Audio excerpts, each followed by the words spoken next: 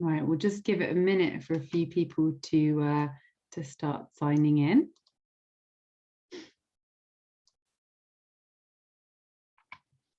So yeah, if you're panelists, you can keep your cameras on for the start by all means do, but then perhaps when it's not your go to take the floor, then it's helpful to turn your videos off at that point.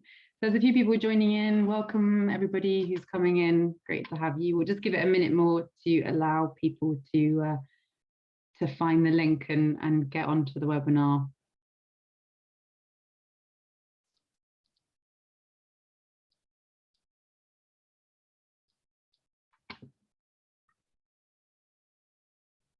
Just for those of you coming in now, there is closed captioning, which you can access by, you should hopefully be able to see the symbol for it at the bottom of the screen.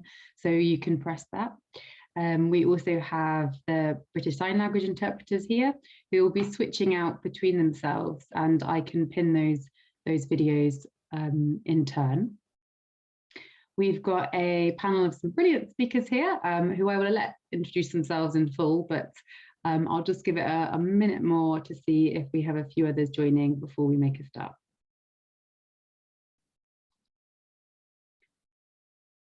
Just to let you know, this webinar also is being recorded.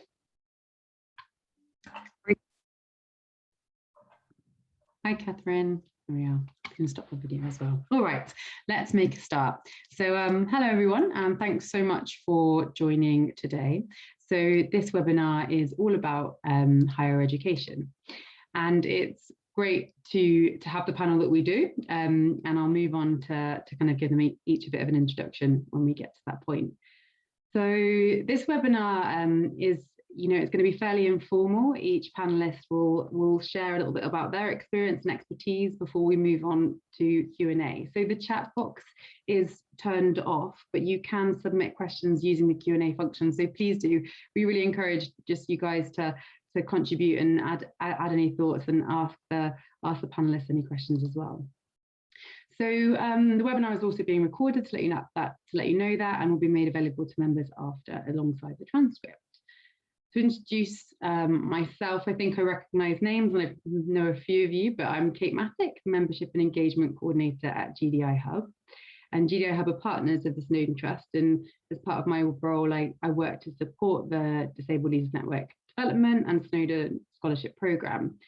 I'm just going to send an apology on behalf of Helen, CEO of the Snowden Trust, who unfortunately isn't very well today, so unable to make it, but has assured that she's very much looking forward to catching up after the event.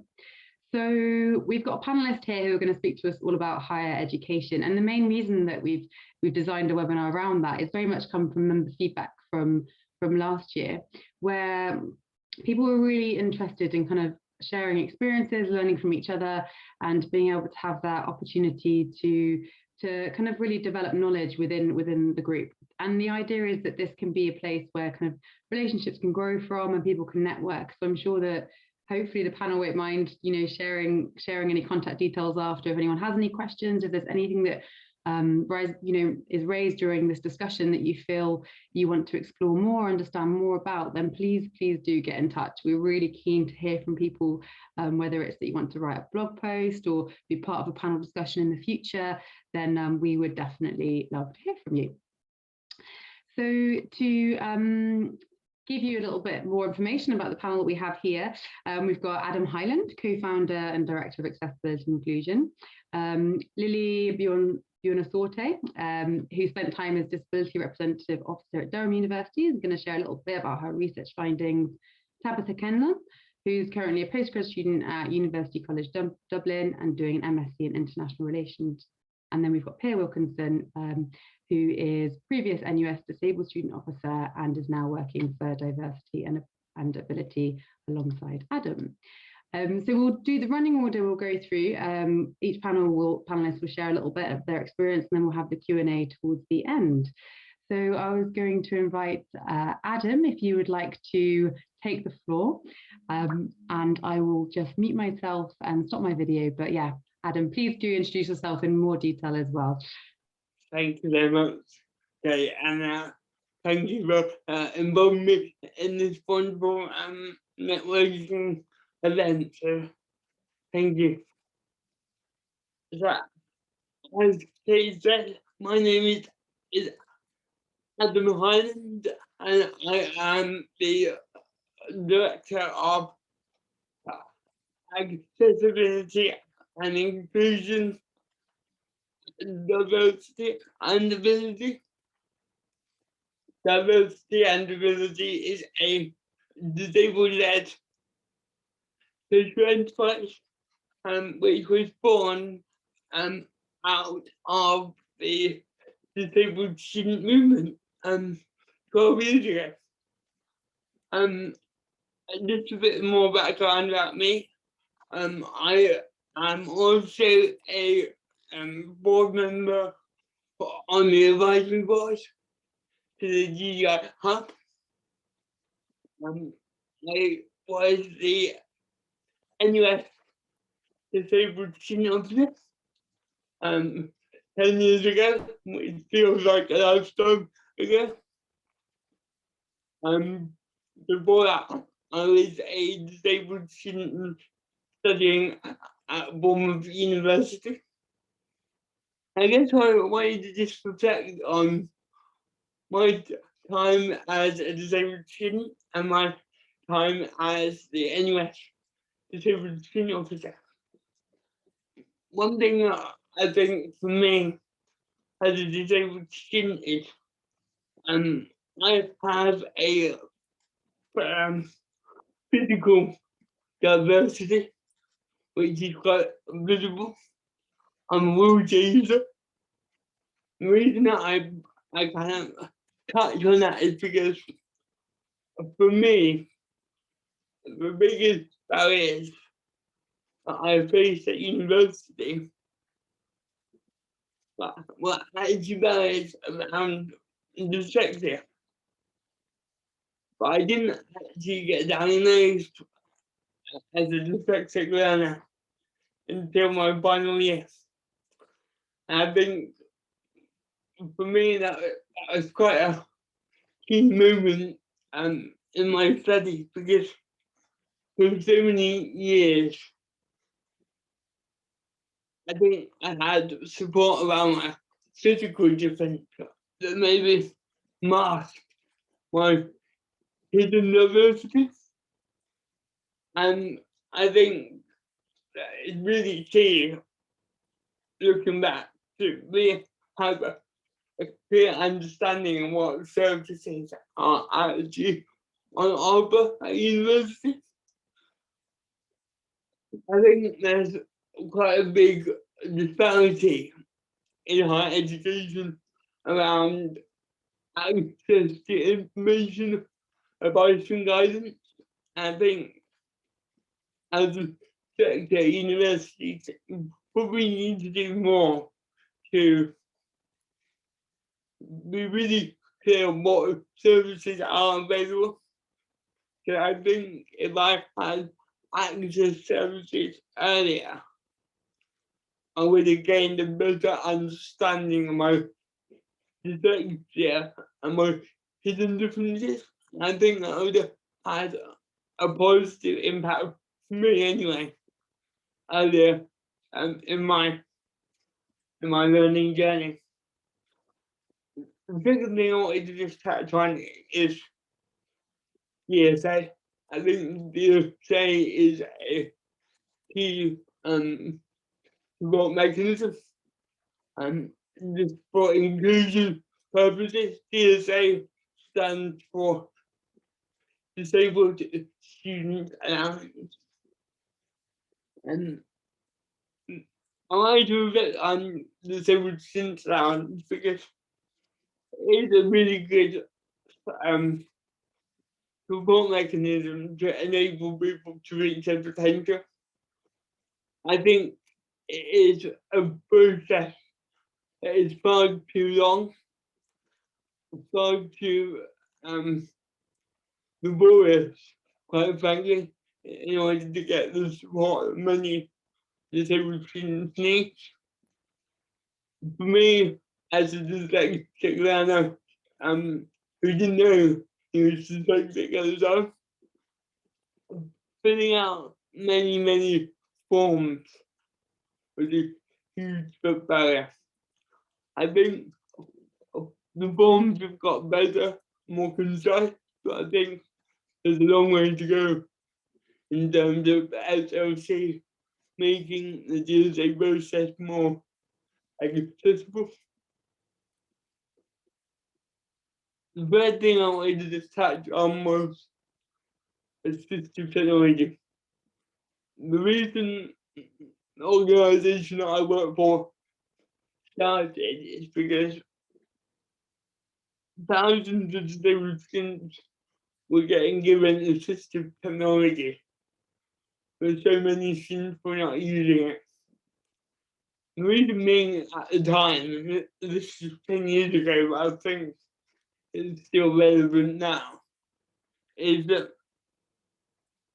technology doesn't solve anything on its own. It's how we normalise it into our day-to-day working that makes it assistive. So Diversity and Ability started as an AT training company originally, and we wanted to make sure that we had disabled people delivering assistive technology training.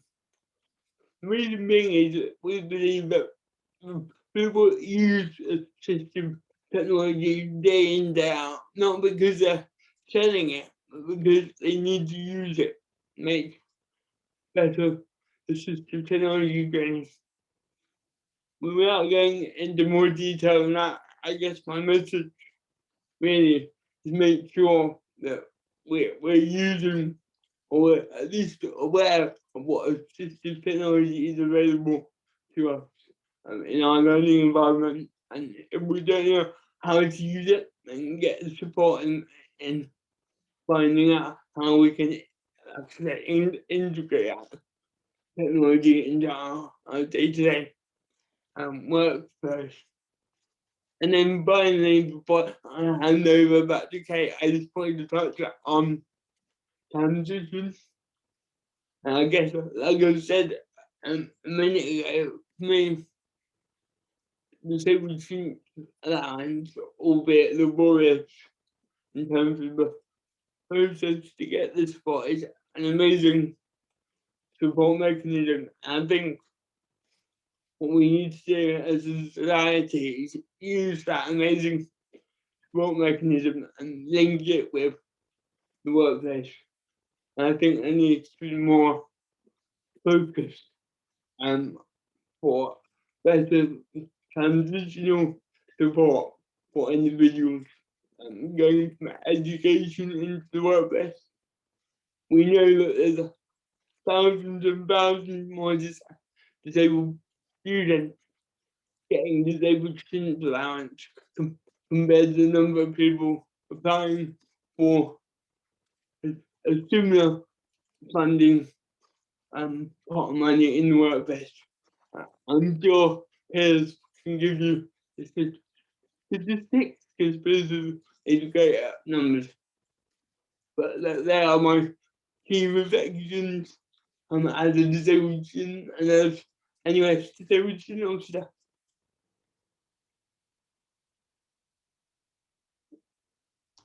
Thanks so much, Adam. I was just switching over the pinning videos there, so we've now got Joe working on the BSL. I think you've raised some such brilliant points so far, where there's probably so much discussion that could just happen from every one of the things you've said, but certainly from, I know, some of the conversations that have already been happening within the DLN, that definitely DSA can be a source of frustration for some people in terms of that process of applying, and that I think that sense of services being a bit fragmented and difficult to navigate has been something that others have really raised a few points about. And thanks as well for touching on assistive technology. Again, I think that training aspect's really key and so essential, because many people have raised the point that they've been given a device, but then the training that they've received for it has been really below subpar and has meant that they haven't been able to use it till its full potential. So yeah, I think there's so many discussion points that could come from that, but we'll perhaps save it for the end. So I'm going to ask now Lily whether you want to turn on your camera, and Lily has some slides to share, so I'm just going to bring them up onto screen now, so bear with me just one moment. Okay. All right, can everybody see that okay? Lily, can you see it?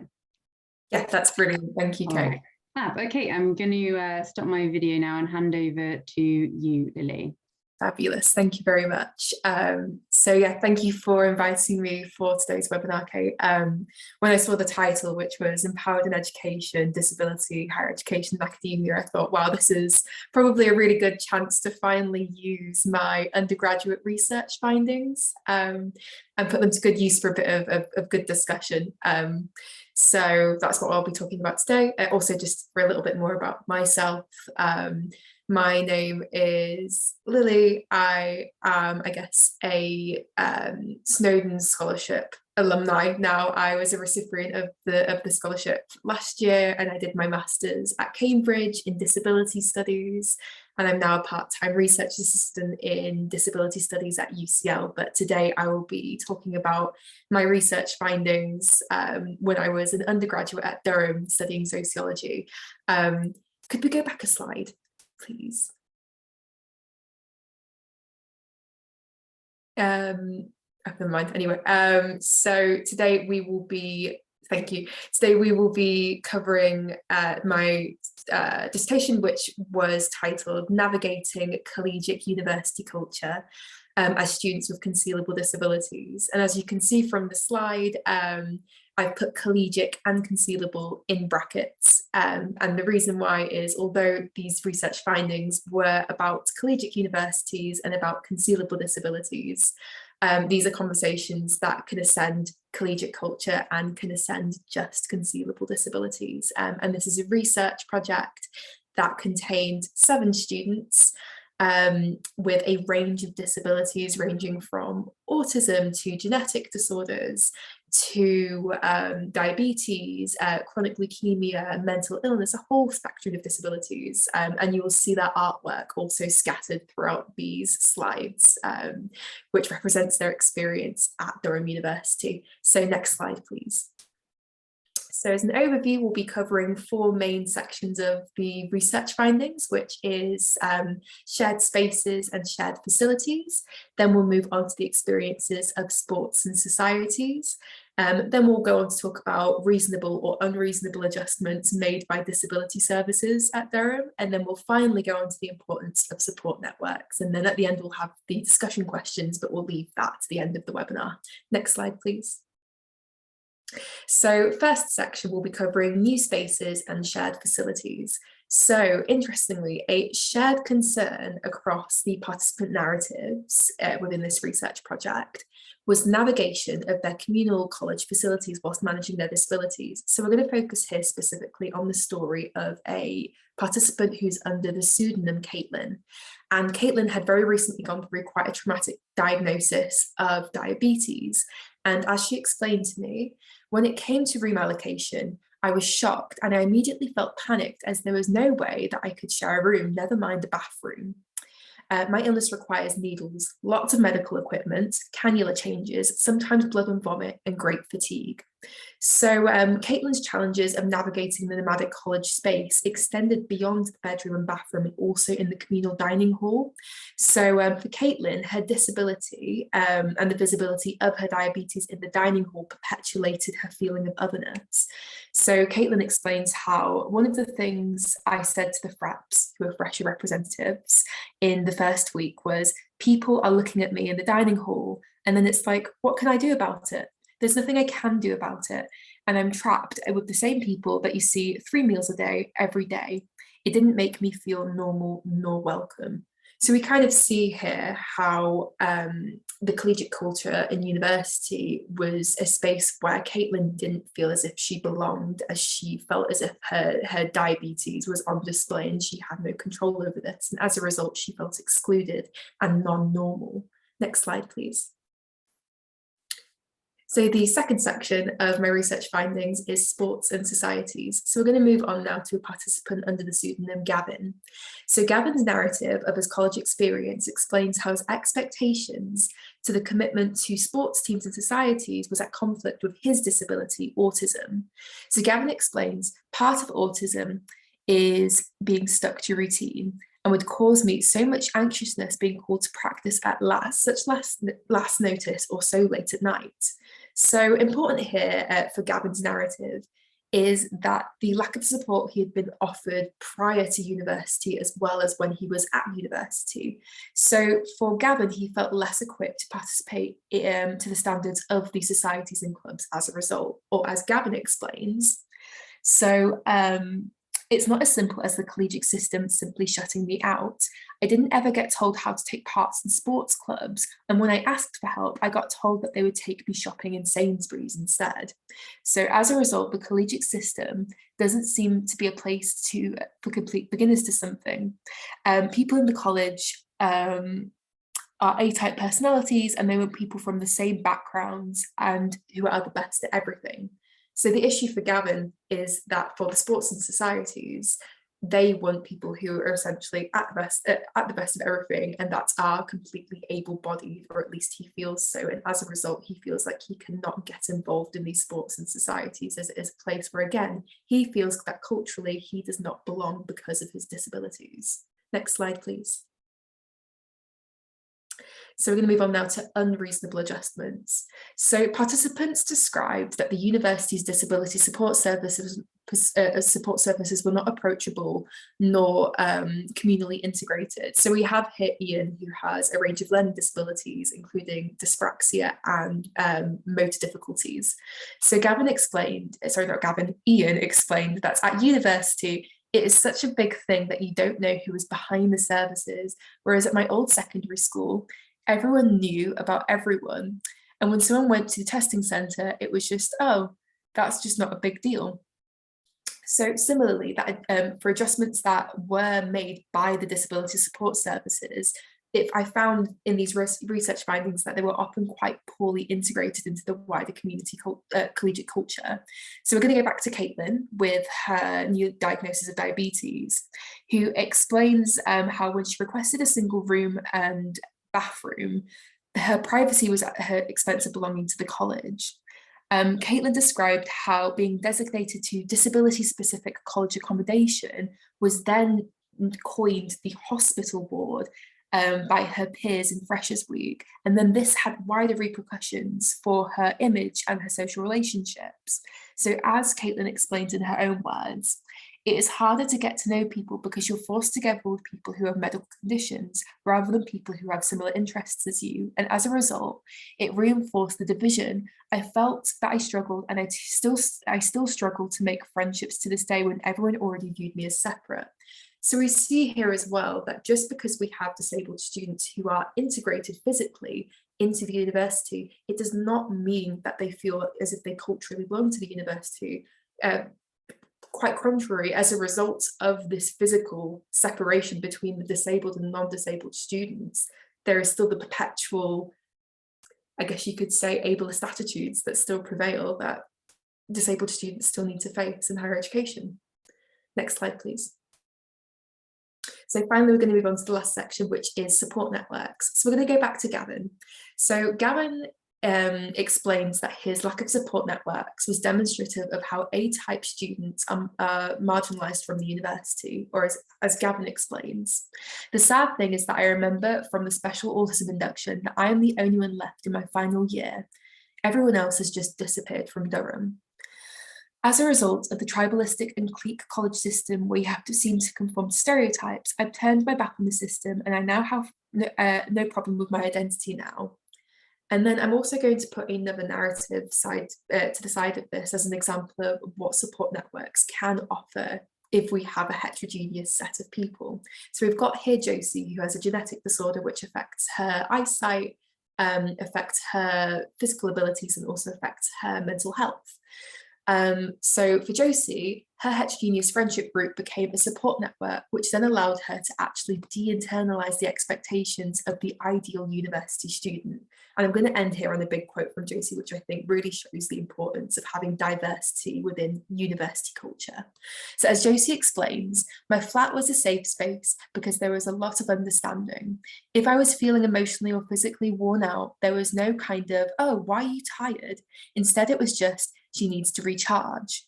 And that was helped by having other people in the house who also needed that for different reasons, completely different reasons.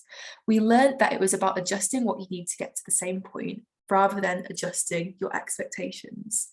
And I'd like to leave it on that note of my main research findings. I guess we can go on to the next slide, actually. I've got my research question, my discussion questions here, but we will leave that till the end of the panel. But yes, that's about it. Thank you very much for allowing me to speak. Thank you so much, Lily. And again, some such insightful and amazing things you've shared there. The narratives from the students and those pseudonyms bring up so many points, don't they, where you can really think about how that university environment can either create great divides or can really just unite people. And I think there's so much that could be explored around the environment and how we can design and think and plan for that better. So thank you so much for sharing, and I'm sure we can definitely go back to some of those discussion points towards the end. So brilliant. I think I'm just going to, if you bear with me for just one moment. So Tabitha, you're going to come on next, but I'm just going to switch over the BSL interpreters.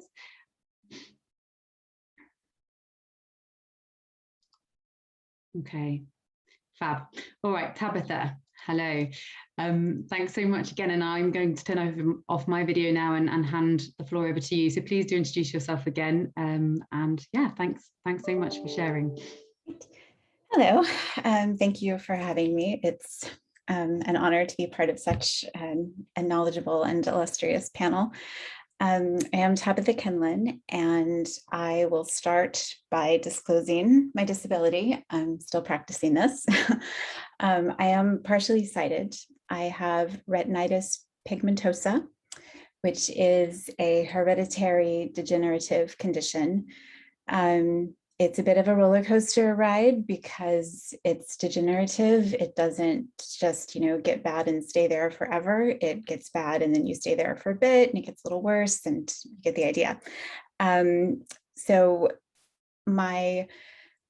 it didn't really bother me too much until 2008 when I realized I couldn't read print books anymore, just a couple of months before I started working on a PhD in English literature. So that was great timing, but I did it. I got the PhD and I taught throughout the whole thing. So I was simultaneously a student and a teacher. And then I worked as a professor of English, writing and literature for 6 years at a different university. And I did all the things that professors are supposed to do, taught a lot of classes and graded a lot of essays and wrote articles and gave conference presentations. I wrote a book, which I'm very proud to say is also available as an audiobook. And that was thanks to a loan from my parents. So if you want to purchase that, feel free. And I'm now doing a second master's in international relations. And so I have, all of these different perspectives as, a student twice and faculty twice at 3 different institutions in 3 different countries, as it happens. And the hardest part about preparing for today was deciding what to leave out because, there is a lot to say. So I was trying to think of the commonalities across the last 13 and a half years of dealing with the disability in its various declines, across the time and the geography. And sadly, one of the things that leapt to mind was a gap of knowledge. We talk a lot about the need for awareness of disabilities and the needs of people and students with disabilities. And I think what is linked to that is a gap of knowledge. It's not that hard to make a professor aware that there are students with disabilities in the classroom, but it's trying to get the professor to understand the context for whatever needs and accommodations the student has been granted by the disability services, that the real challenge comes in. And I think that's something that hasn't been addressed by disability services at universities. So one of the accommodations that I get is my professors are supposed to put the lecture slides or, in-class material onto Brightspace or, Blackboard or whatever, platform you're familiar with. This was my first experience with Brightspace, but it's a thing. So that, I can download the lecture slides and follow along on my laptop because I won't be able to see what's projected in the classroom. So that's great, but I don't think that the professors are given any training on how to create useful, accessible slides. So there might be infographics, which are one of my least favorite things, that might not be friendly to people who are colorblind. There might be images or graphics or some kind of illustration that don't have explanatory captions. So I might have the slides, but they might not actually be accessible in themselves. So I think there's a lot of work to be done, sort of from the very beginning, from like PhD school, when people are getting, their initial training in teaching and in being a professor, that element of universal design needs to be in there from the very beginning, so that when they do encounter students with disabilities, they have a little bit of context and they understand this is the need, this is what the need accomplishes, this is why the need exists, and this is how we can help and support and help make the students successful. And I've also run into some gaps of knowledge with the disability services themselves. They seemed, to my perspective, to be, and this is across all three universities, they seem to be kind of prepared for a one-size-fits-all approach, and they seem to assume that anyone who comes to them is going to be in their first or second year of undergraduate, and they just need a textbook or a note taker or extra time on an exam, and that's it, you're done. Anything that doesn't fit that little cookie cutter is going to be a problem. So if you're doing advanced research, if you're faculty, they just seem to shrug and not really know what to do with you. So I kind of think that disability student services need to be completely redesigned. So I'm sure that everyone can relate to that. So those are some of the conundrums that I think we're all facing, and we can, hopefully brainstorm and find some solutions. But I want to end on a positive note. It's to do with self-advocacy, which is one of my not favorite things. I'm sure everyone has a love-hate relationship with it. We know we have to do it, but why? It takes time, it takes energy, it can be so exhausting. And, most people I know don't have to do it. So it doesn't seem entirely fair that I should have to. But I did it. I mean, obviously, I do it all the time. But I'm involved in a volunteer project that the university does. And it's a long-term, sort of year-long project. And last weekend, we had an in-person kickoff event, and I get really nervous about in-person events these days because of the pandemic and because I've been using a long cane now for a grand total of 4 months. So I don't have a lot of confidence in mobility, and I just get anxious being around people, and I can't really see them very clearly. But I I had to go, I was going to go.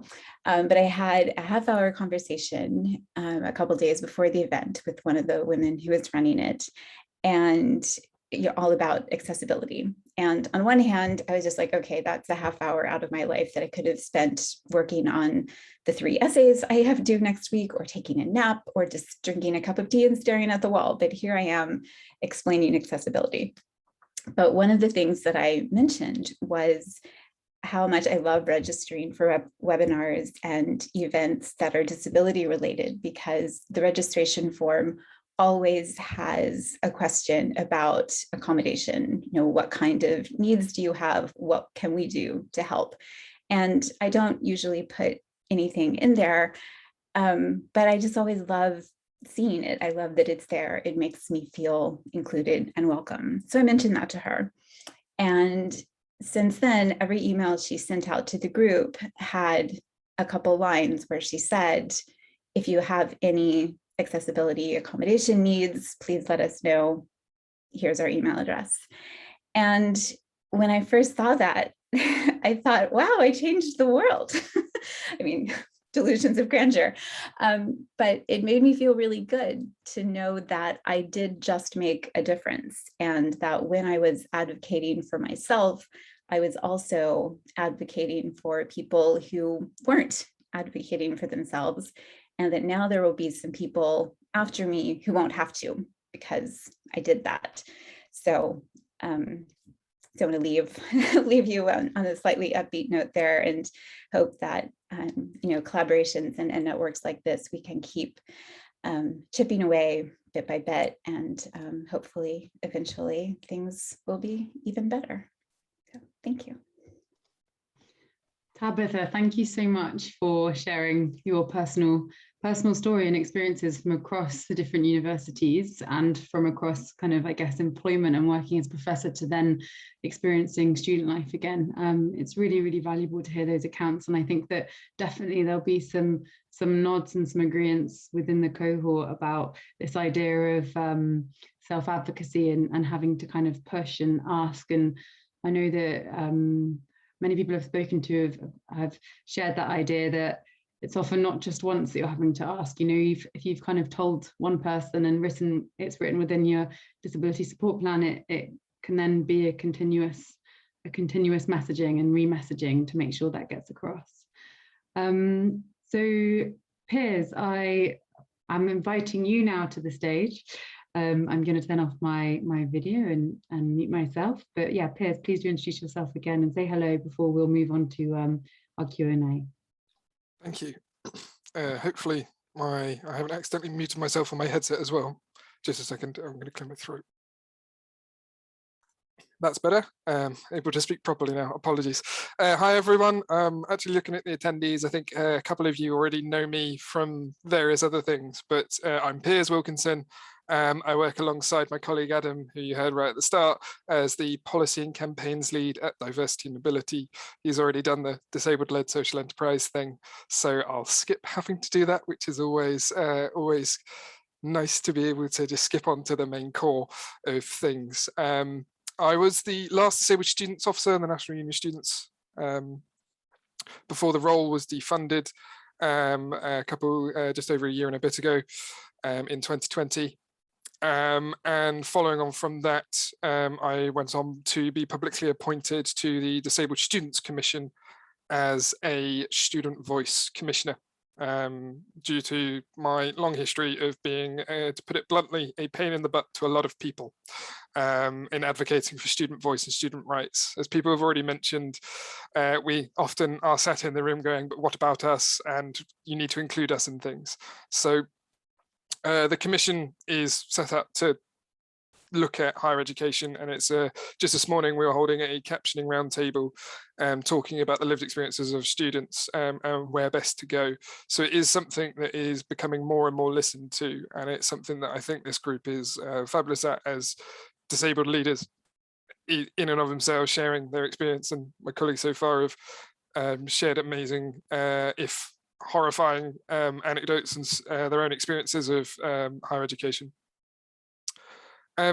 My main area is sort of policy and the sort of more numbersy thing, as Adam mentioned, having worked on the Arriving at Thriving report, which was the 8th inquiry in the House of Lords Higher Education Commission, and working on something called the PS Bar,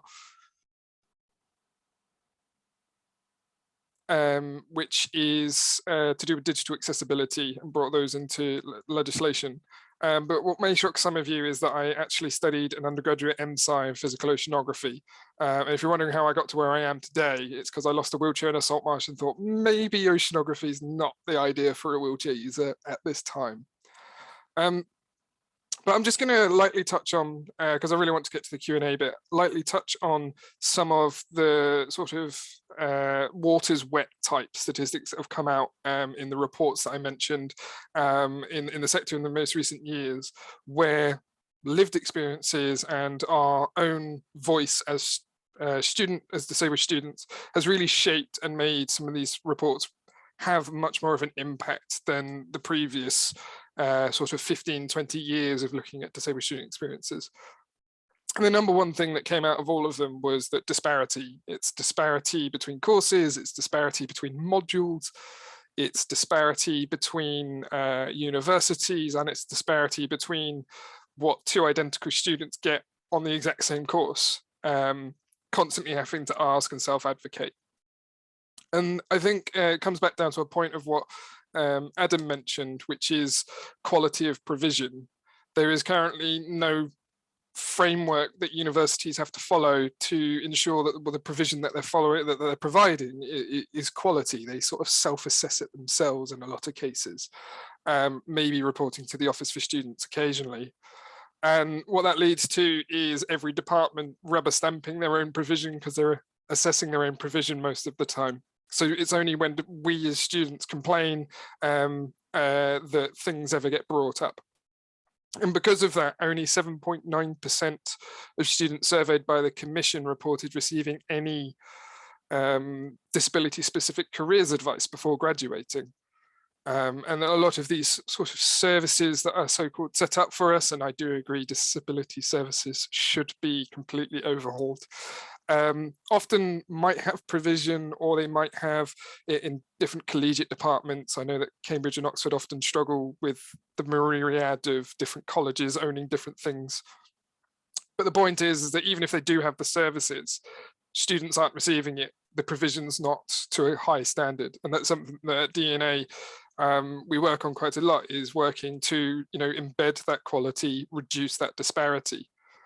And it's Lily's point about feeling isolated, and we know that 28.5% of disabled students feel lonely every single day, and already we've heard enough reasons from my fellow panelists that highlight exactly why that is. Isolation from societies and sports, having to constantly so-called other yourself or out yourself as disabled to lecturers who then question what your disability is, ask for medical evidence when you've already provided it to the university. And there's this culture of a sort of, well, do it yourself. And whilst that's great for co-production reasons, we're also meant to, disabled students are meant to be studying for a degree or a PhD or a master's. It can't all be done by unpaid volunteers. So when it comes to working with, getting your voice heard and working with, it's one of the things that I found in my own roles and has worked very well is, being that pain, sending that email, and putting the work back onto the people that get paid to do these things, the disability services, and making sure that all the way through the start of that process to the end, you're shaping it rather than having to do the work yourselves. A lot harder than easily said, but it's something that disabled led and lived experience can't be replaced by a consultation, and it can't be replaced by just occasionally listening to disabled students at the end of the process. And I think that's probably the most important point I'd give on from my experiences as being an elected representative of disabled students, and someone that's had the privilege, and I do call it a privilege, of being appointed to different commissions to look at disabled student experiences, is that being right at the start, that voice right at the start, means that the work that does get done, the research that does get done, as I think Lily's point was and shows, is that when you're listening to disabled students right from the get-go, right from the inception of research, it goes well. And we've seen that with the Arriving at Thriving report, the Gravity Assist report, and the various amounts of research that the Commission has done and the work we do at DNA. I'll just finish lightly. It's often I end up speaking about sort of negative things, you know, how bad access was for me, or how bad it is in terms of cultural attitudes, in terms of actual provision of support. But some of the wins that have happened in the last couple of years are due to relentless campaigning from disabled students on campuses, and it is effective. My only campaign, my primary campaign whilst I was at NUS, was on ensuring disabled students thrive in education. And it wasn't my work by myself, it was work of the collection of disabled students all across the country, all across the UK, working together to ask the question of, what are you doing on this? What are you doing on that? And it meant that as a collective in the UK, we beat every single other campaign, including a general election campaign back in 2019, in terms of awareness from all students across all different liberation groups and across all different backgrounds. Managed to beat out even a general election campaign whilst we were at NUS. So it just really goes to show the power of disabled students and the power of disabled student voice. It's incredibly tiring, but within the last couple of years, just getting our voices in the room from the very start can go a very long way to securing some of the changes that we've been asking for well, as Adam said, he was disabled students officer 10, 11 years ago, since his time and before. So I just finish on that win, is that there is successes in the last couple of years, and it can be rewarding once we get there, but it is tiring. Thanks so much, Pierce. It's definitely really, brilliant to have so much of your knowledge and previous experience shared on this webinar. I'm hugely grateful for you coming. The report is really insightful. So anyone who hasn't seen it, it's Arriving at Thriving. I think it's on Policy Connect website. Is that right? And as well, the Snowden Trust also did a smaller scale report, but very much about understanding the experience through the voices and the stories of disabled students in higher education, and a lot of the similar themes were coming through that have been covered here. We do, and it's also a real great thing that you're saying, that there has been positive change that has been seen within the sector, despite the great kind of challenge that probably still feels very present and real. We have had some questions, so I'd really love to go to those. I don't know if I invite all the panelists to turn on their cameras if they're happy to do so. And one of the first questions, I think both Tabitha and Piers, you've just mentioned it there, is about the disability services needing to be redesigned. And a big question, I suppose, is, do you have any ideas of how this might look? Piers, I might go to you first before perhaps going over to Tabitha, if that's all right. Yeah, that's fine. Actually, just last week, I got kind of annoyed at a whole bunch of job adverts that had come through on different sort of sector mailing lists that I'm on. And I just replied going, "Your disability practitioner is asking for job roles in disabled student services, and you're not even providing accessibility information on the job roles in disability services." The irony is stark, as it were. And I think the very first step is hiring disabled staff into disability services, because we will pick up things immediately in meetings with senior managers, etc., university executives, that will otherwise already be in place. And then, oh, hang on, we forgot about this. It's too late to change it now. So I think that's the very first step in overhauling disability services or student services. The next step is, in my opinion, professionalizing the industry a bit more. We've got so many different job titles, so many different mental health advisor, mental health counselor, mental health support coordinator. That's just mental health. I think the NADP recently published National Association of Disability Practitioners, for those that haven't heard that acronym before, recently published guidance on navigating and understanding all of the different types of titles. And I think that's the first two easy steps, is reducing the number of massively different titles that do the exact same job, so it's easier to know what people do, and hiring disabled people from the get-go so that it can naturally become better, and services are delivered by disabled people for disabled people. I'm biased as a disabled person, but that's my answer of two easy ways that will naturally redevelop them without having to have another commission, because I'm on enough as it is. I mean, it makes total sense. Tabitha, I don't know if you wanted to add anything more onto that. No, that was great. I agree with all of it. And just, you know, when I was applying for faculty jobs, you know, every ad that I encountered would end with a statement about how devoted they are to the university is to you know, equity and diversity and inclusion, the EDI statement. And then I would click through to apply, and their website is completely inaccessible. And, you know, I would be in tears trying to navigate it. So, you know, just everything structurally about the university, you know, I want to wield this huge, like, universal design banner everywhere I go. It needs to be, you know, sort of rebuilt so that it is accessible at every level. But yeah, I don't want to rant too much because there are other questions, but yeah. No, thank you. Lily and Adam, I'll invite you. Do you have anything you wanted to add on to that question? No, Lily, Adam? I think it's just making sure lived experience informs best practice. And I think that's key. I mean, we can't be talking about accessible education if disability services themselves are not being inclusive to their own staff. Yeah, absolutely. Thank you, Adam. I'm going to move on to another question that's come in the chat from Amelia.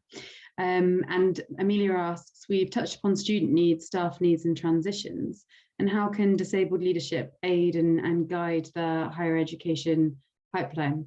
It's a very good question, Amelia. I don't know if anybody wants to take that one.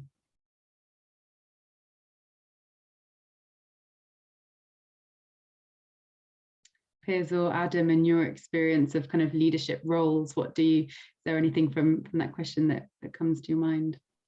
I'll happily take the first stab at this. It's a really difficult question because there is no right answer, kind of. But in terms of disabled leadership, it's being unapologetic, I think, is the number key one, because unfortunately we see from maybe the charity sector a bit much of disabled leaders who might be on the Power 100, or as we saw from We the 15 shenanigans that have happened in the last week about the being silent over the COP26 exclusion, COP26, that thing, the thing that happened up in Glasgow, yeah.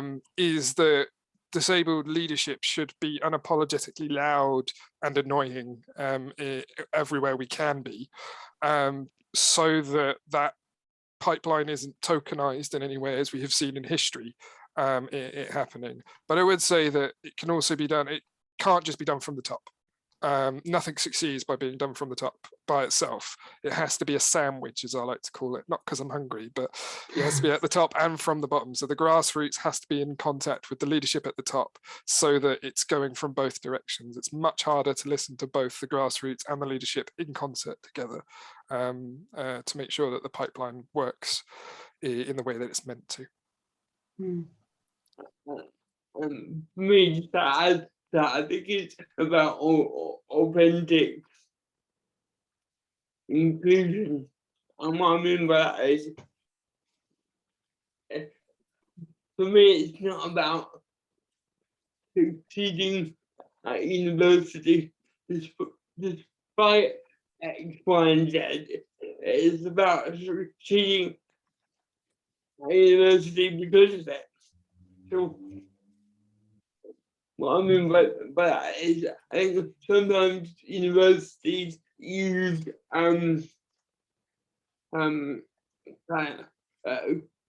success stories in a way that's a bit kind of inspirational form, like it's just the wrong way to celebrate diversity. For me, just my diversity define me. No, it doesn't. But it doesn't give me that lived experience that has enabled me to get a degree, has enabled me to represent disabled students in the UK and run my own business. And yes, I think for me it's about making sure we are encouraging sharing our diversity, but not in a way that is kind of tokenistic. We need to be celebrating diversity. I don't think it's a coincidence that in the last 20 years, if you look at the two most successful people in the IT industry, you're probably going to say them, Bill Gates and Steve Jobs. Now, unfortunately, they're both white and male, but we're going into that one right now. One being is we need diversity of thought. We need diverse people into education, into research, into employment. So let's not apologize about our diversity. Let's own it and celebrate it in an authentic way. Yeah, brilliant. Thank you, Adam. Lily, I can see that you're nodding along there, and I think it speaks to one of your discussion points, which was around, as disabled leaders, how can we best advocate for inclusivity within university culture? So I don't know if you wanted to kind of add anything onto that.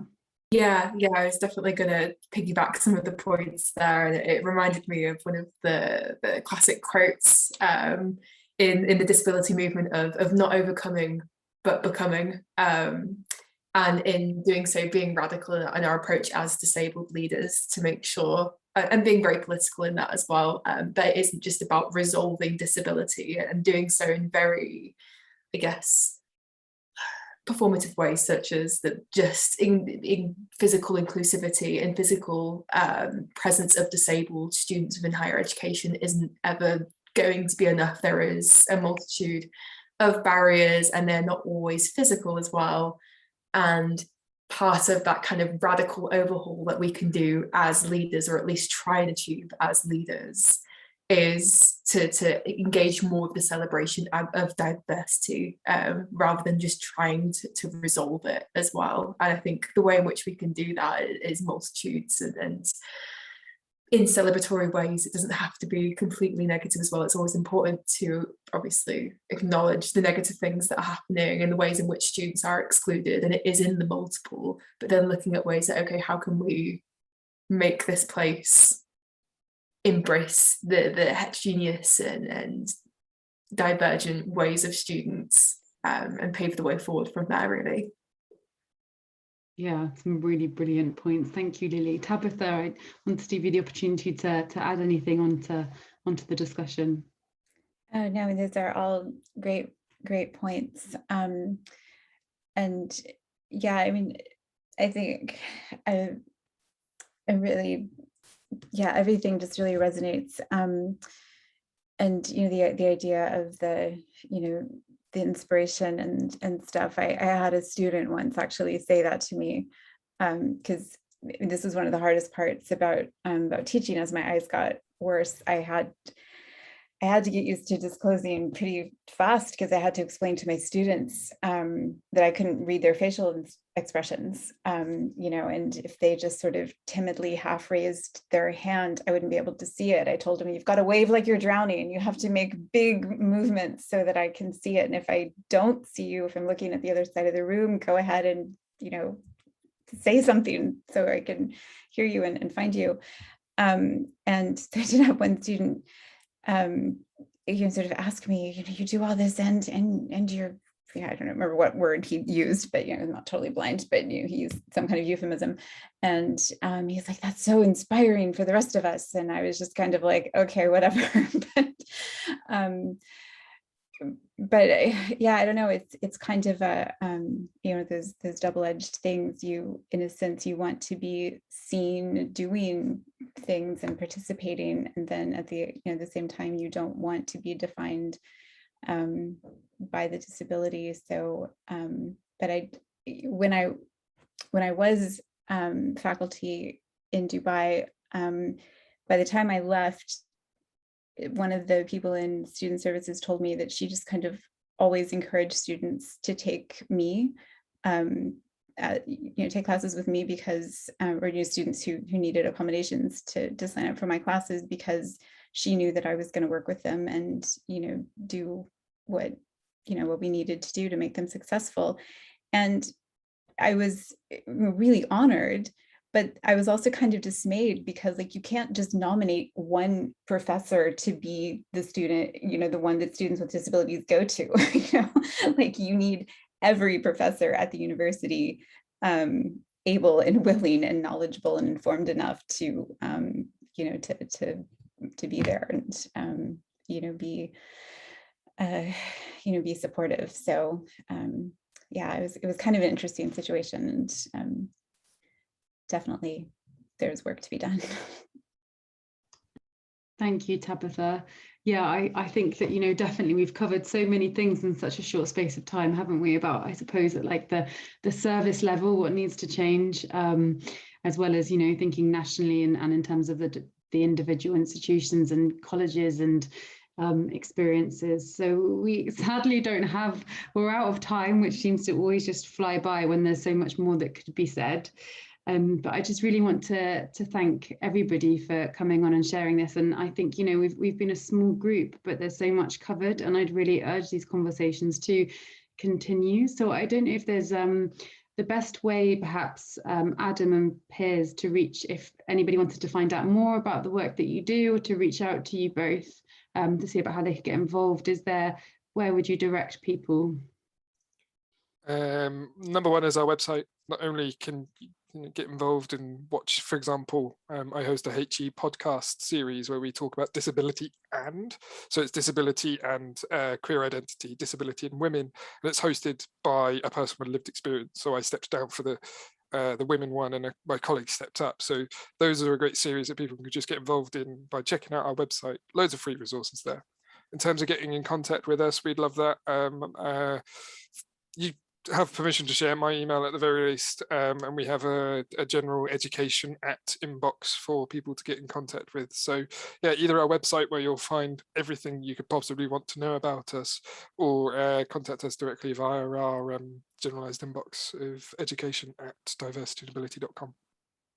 Brilliant, thank you. I will share that with the group. And Lily and Tabitha are both, I believe, in the network group on LinkedIn and Facebook, so you can reach out on there. And if anyone watching is, wants to join a panel next time or write a piece around this, then we are so keen to hear from everybody in the group. So thank you so much. I'm going to just leave the webinar running for a moment, just so that Frankie, who's captioning, has the opportunity to save the transcript. But please do head off, and thanks so much for joining.